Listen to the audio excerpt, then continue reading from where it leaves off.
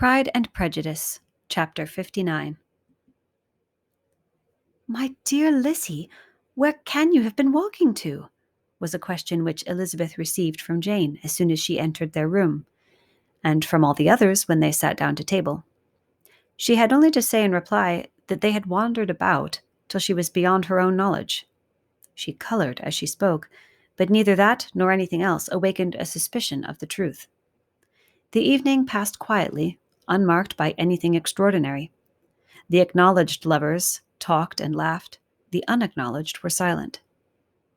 Darcy was not of a disposition in which happiness overflows in mirth, and Elizabeth, agitated and confused, rather knew that she was happy than felt herself to be so, for, besides the immediate embarrassment, there were other evils before her. She anticipated what would be felt in the family when her situation became known. She was aware that no one liked him but Jane, and even feared that with the others it was a dislike which not all his fortune and consequence might do away. At night she opened her heart to Jane. Though suspicion was very far from Miss Bennet's general habits, she was absolutely incredulous here. "You are joking, Lizzie. This cannot be. Engaged to Mr. Darcy? No, no, you shall not deceive me. I know it to be impossible." "This is a wretched beginning indeed. My sole dependence was on you, and I am sure nobody else will believe me if you do not. Yet, indeed, I am in earnest. I speak nothing but the truth. He still loves me, and we are engaged." Jane looked at her doubtingly. "Oh, Lizzie, it cannot be. I know how much you dislike him." "You know nothing of the matter. That is all to be forgot. Perhaps I did not always love him so well as I do now, but in such cases as these, a good memory is unpardonable. This is the last time I shall ever remember it myself." Miss Bennet still looked all amazement. Elizabeth again and more seriously assured her of its truth. "Good heaven! Can it be really so? Yet now I must believe you," cried Jane. "My dear, dear Lizzie, I do congratulate you. But are you certain? Forgive the question. Are you quite certain that you can be happy with him?" "There can be no doubt of that. It is settled between us already that we are to be the happiest couple in the world. But are you pleased, Jane? Shall you like to have such a brother?" "Very, very much. Nothing could give either Bingley or myself more delight. But we considered it, we talked of it as impossible. And do you really love him quite well enough? Oh, Lizzie, do anything rather than marry without affection. Are you quite sure that you feel what you ought to do?" "Oh, yes. You will only think I feel more than I ought to do when I tell you all." "What do you mean?" "Why, I must confess that I love him better than I do Bingley. I am afraid you will be angry." "My dearest sister, now be serious. I want to talk very seriously. Let me know everything that I am to know without delay. Will you tell me how long you have loved him?" "It has been coming on so gradually that I hardly know when it began, but I believe I must date it from my first seeing his beautiful grounds at Pemberley." Another entreaty that she would be serious, however, produced the desired effect, and she soon satisfied Jane by her solemn assurances of attachment. When convinced on that article, Miss Bennet had nothing further to wish. "Now I am quite happy," said she, "for you will be as happy as myself. I always had a value for him. Were it for nothing but his love of you, I must always have esteemed him. But now, as Bingley's friend and your husband, there can be only Bingley and yourself more dear to me. But, Lizzie, you have been very sly, very reserved with me. How little did you tell me of what had passed at Pemberley and Lambton? I owe all that I know of it to another, not to you." Elizabeth told her the motives of her secrecy. She had been unwilling to mention Bingley, and the unsettled state of her own feelings had made her equally avoid the name of his friend. But now she would no longer conceal from her his share in Lydia's marriage. All was acknowledged, and half the night spent in conversation. "Good gracious!" cried Mrs. Bennet, as she stood at a window the next morning. "If that disagreeable Mr. Darcy is not coming here again with our dear Bingley! What can he mean by being so tiresome as to be always coming here? I had no notion but he would go a-shooting or something or other, and not disturb us with his company. What shall we do with him?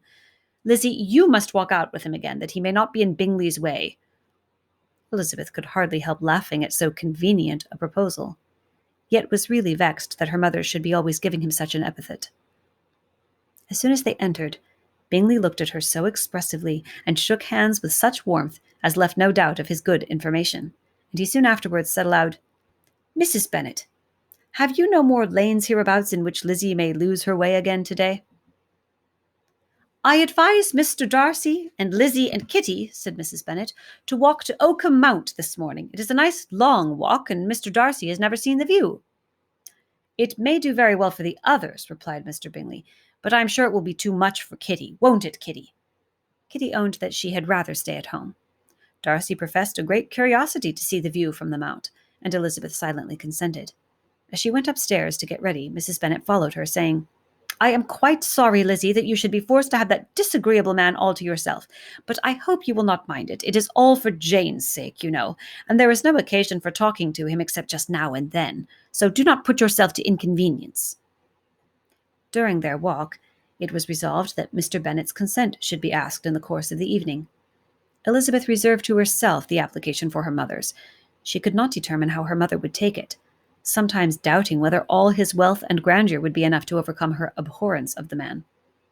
But whether she were violently set against the match or violently delighted with it, it was certain that her manner would be equally ill-adapted to do credit to her sense, and she could no more bear that Mr. Darcy should hear the first raptures of her joy than the first vehemence of her disapprobation. In the evening, soon after Mr. Bennet withdrew to the library, she saw Mr. Darcy rise also and follow him, and her agitation on seeing it was extreme. She did not fear her father's opposition, but he was going to be made unhappy, and that it should be through her means, that she, his favourite child, should be distressing him by her choice, should be filling him with fears and regrets in disposing of her, was a wretched reflection, and she sat in misery till Mr. Darcy appeared again, when, looking at him, she was a little relieved by his smile. In a few minutes he approached the table where she was sitting with Kitty, and, while pretending to admire her work, said in a whisper, "Go to your father. He wants you in the library." She was gone directly. Her father was walking about the room looking grave and anxious. "Lizzie," said he, "what are you doing? Are you out of your senses to be accepting this man? Have you not always hated him?" How earnestly did she then wish that her former opinions had been more reasonable, her expressions more moderate. It would have spared her from explanations and professions which it was exceedingly awkward to give. But they were now necessary, and she assured him with some confusion of her attachment to Mr. Darcy. "Or, in other words, you are determined to have him. He is rich, to be sure, and you may have more fine clothes and fine carriages than Jane. But will they make you happy?" "Have you any other objection," said Elizabeth, "than your belief of my indifference?" "None at all. We all know him to be a proud, unpleasant sort of man, but this would be nothing if you really liked him." I do like him," she replied, with tears in her eyes. "I love him. Indeed, he has no improper pride. He is perfectly amiable. You do not know what he really is. Then pray do not pain me by speaking of him in such terms." "Lizzie," said her father, "I have given him my consent. He is the kind of man, indeed, to whom I should never dare refuse anything which he condescended to ask. I now give it to you if you are resolved on having him. But let me advise you to think better of it. I know your disposition, Lizzie. I know that you could be neither happy nor respectable unless you truly esteemed your husband, unless you looked up to him as a superior. Your lively talents would place you in the greatest danger in an unequal marriage. You could scarcely escape discredit and misery. My child, let me not have the grief of seeing you unable to respect your partner in life. You know not what you are about." Elizabeth, still more affected, was earnest and solemn in her reply, and at length, by repeated assurances that Mr. Darcy was really the object of her choice, by explaining the gradual change which her estimation of him had undergone, relating her absolute certainty that his affection was not the work of a day, but had stood the test of many months' suspense, and enumerating with energy all his good qualities, she did conquer her father's incredulity and reconcile him to the match. "Well, my dear," said he, when she ceased speaking, "I have no more to say. If this be the case, he deserves you. I could not have parted with you, my Lizzie, to anyone less worthy." To complete the favourable impression, she then told him what Mr. Darcy had voluntarily done for Lydia. He heard her with astonishment. "This is an evening of wonders indeed.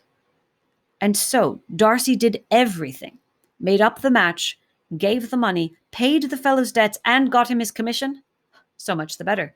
It will save me a world of trouble and economy. Had it been your uncle's doing, I must and would have paid him. But these violent young lovers carry everything their own way. I shall offer to pay him tomorrow. He will rant and storm about his love for you, and there will be an end of the matter.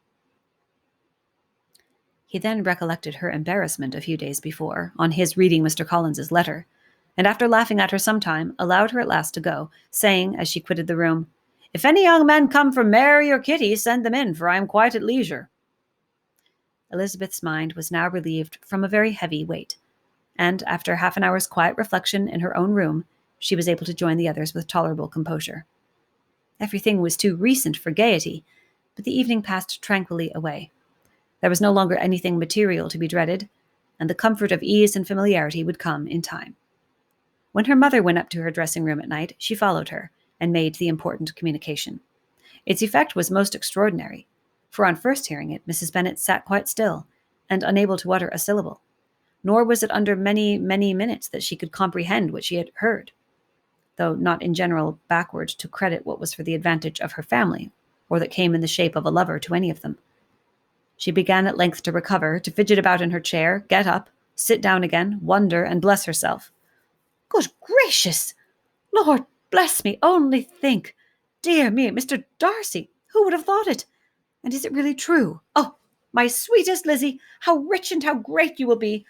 What pin money, what jewels, what carriages you will have! Jane's is nothing to it, nothing at all. I am so pleased, so happy. Such a charming man, so handsome, so tall. Oh, my dear Lizzie, pray apologize for my having disliked him so much before. I hope he will overlook it.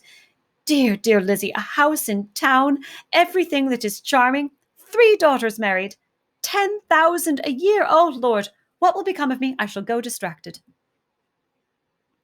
This was enough to prove that her approbation need not be doubted, and Elizabeth, rejoicing that such an effusion was heard only by herself, soon went away. But before she had been 3 minutes in her own room, her mother followed her. "My dearest child," she cried, "I can think of nothing else. 10,000 a year, and very likely more. 'Tis as good as a lord, and a special license. You must and shall be married by a special license. But, my dearest love, tell me what dish Mr. Darcy is particularly fond of, that I may have it tomorrow." This was a sad omen of what her mother's behaviour to the gentleman himself might be, and Elizabeth found that, though in the certain possession of his warmest affection, and secure of her relations' consent, there was still something to be wished for. But the morrow passed off much better than she expected, for Mrs. Bennet luckily stood in such awe of her intended son-in-law that she ventured not to speak to him, unless it was in her power to offer him any attention or mark her deference for his opinion. Elizabeth had the satisfaction of seeing her father taking pains to get acquainted with him, and Mr. Bennet soon assured her that he was rising every hour in his esteem. "I admire all my 3 sons-in-law highly," said he. "Wickham, perhaps, is my favourite, but I think I shall like your husband quite as well as Jane's."